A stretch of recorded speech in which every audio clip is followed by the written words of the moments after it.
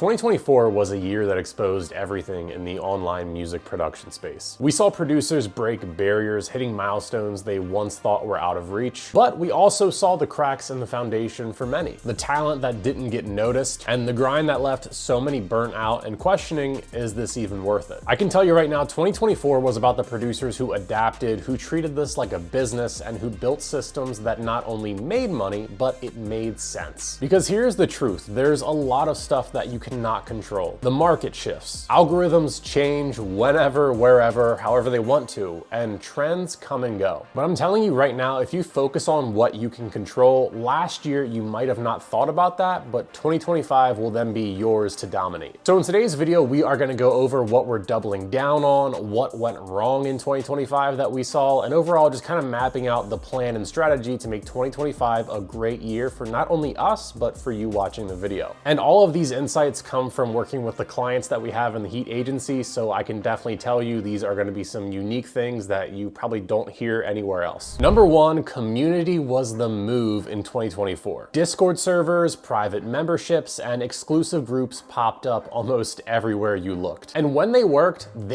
really well. Producers who created genuine value pack spaces where people felt connected and inspired saw incredible not only growth, but also loyalty from their fans and their viewer base. But we have to address the elephant in the room. Not all communities lived up to the hype. To be honest with you, this is no shade to anyone, but some of the communities that we saw launch, not only in the producer space, but the creator space in general, which the producer space does mimic, especially when you want to make money as a creative, a lot of them did kind of feel like a quick cash grab. Listen, I'll be the first to tell you, it's really easy to promise a lot in a community, but it's really hard to deliver on that value. And not only do it once, but if you're doing a monthly subscription, somebody is gonna want monthly value. And so that is up to you as the creator of the community. You have to deliver that monthly value, not only for your new members, but also people who have been there for months and months and months, right? They're constantly expecting more. So don't just think a community is like a one-time thing you're gonna set up, everyone's doing it, it's buzzy, it's gonna get a lot of hype, get a lot of people to join.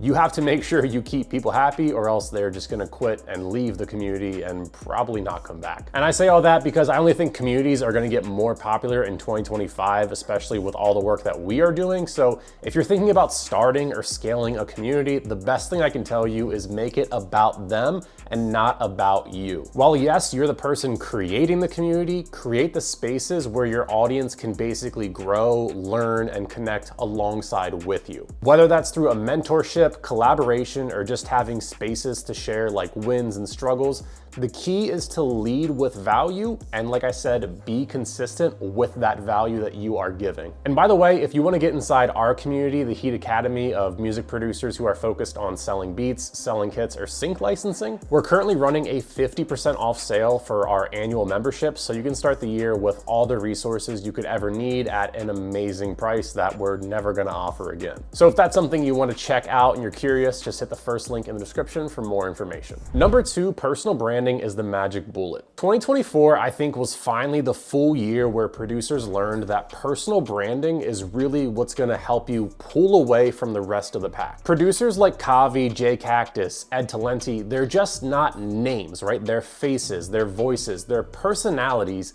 that fans and viewers and customers, they feel connected to. And on the flip side, with the producers that we worked with this year who didn't have like the face brand and had like more of the faceless, less personality, it just felt like because people didn't really know the person or know the face, it just kind of like the engagement just was not the same at all. Now listen, I'm not telling you you have to be an extrovert and overshare every little detail of your life to build a personal brand. You don't have to do that. Just show your audience a bit who you are, your process, your story, your why.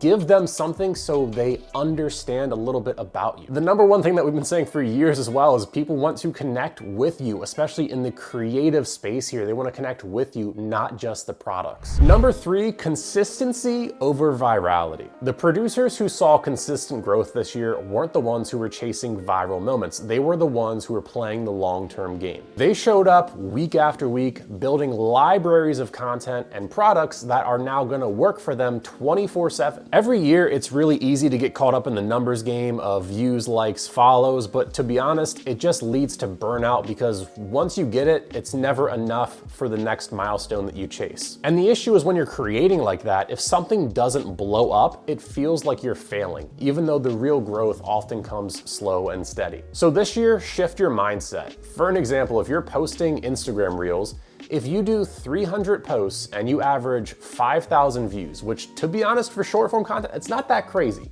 That's over 1.5 million views over this year, and that's just showing up, being consistent, and not going viral. So you have to understand that each beat, each post, each kit you release, content you release, it's all of a building block in your brand. The best piece of advice I can tell you is just when you go to bed or when you close out the app, the algorithm doesn't stop working. Those platforms are moving 24/7 with showing off different pieces of content. Number 4, you need a website that converts. Producers who invested in creating their own website, whether through a custom website or tools like Shopify for selling kits, they had a big advantage this year. What you have to understand is these sites become hubs for their business, giving them full control over their branding, sales, and customer experience to an extent. When you rely too heavy on a marketplace profile page like BeatStars or Soundy, it's very limited for the growth of some producers. While the platform profile is great for a beginner, they don't offer the customization or the scalability needed to truly stand out. And this also applies to the website pages that the BeatStore builders will give you. It doesn't matter if you're looking at a marketplace profile or even these website pages, they all pretty much look the same. And so you have to understand your website is your storefront, that's your portfolio, and overall that's your sales engine. I can't tell you how many producers we talked to this year who were selling beats who had these amazing accomplishments or placements,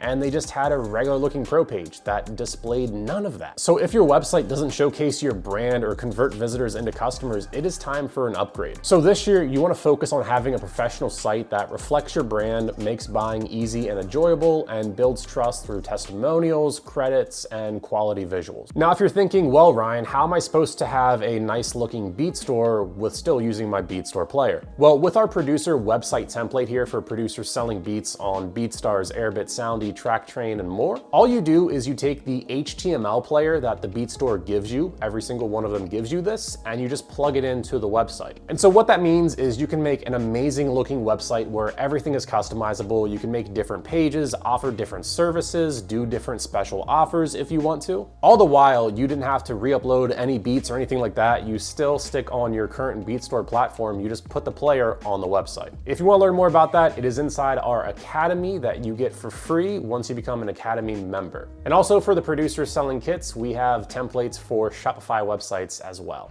Number 5, the powers of systems. Producers who treated their beat making and kit making businesses like actual businesses crushed it in 2024. Funnels, email lists, and analytics became game changers for those who embraced them. But let's be honest, many producers are still absolutely winging it, uploading beats or kits and just hoping that they sell. Posting content without tracking what's working and what content is actually leading to people going to the website. The biggest misconception with all of this stuff is it's not a lack of talent, it's just a lack of structure and measurement. The biggest thing I can tell you too is just start tracking your numbers. Use tools like Google Analytics or Shopify Insights to see what's actually driving you visitors, for an example. Number 6, AI as a tool, not a crutch. AI tools exploded this year, no matter what it is you are doing, and it's for good reason. They save a lot of time and open up a lot of new creative possibilities. Now, in our terms of work, we don't do a lot of the actual production side. We do none of it. We do all of the marketing side, like the emails, the websites, and all the words that have to be on them. And so just like how AI really isn't good at making music, it's also really not good at writing the words to go on your sales pages and in your emails. I saw a ton of content this year that just relied too heavy on AI, and it often felt, well,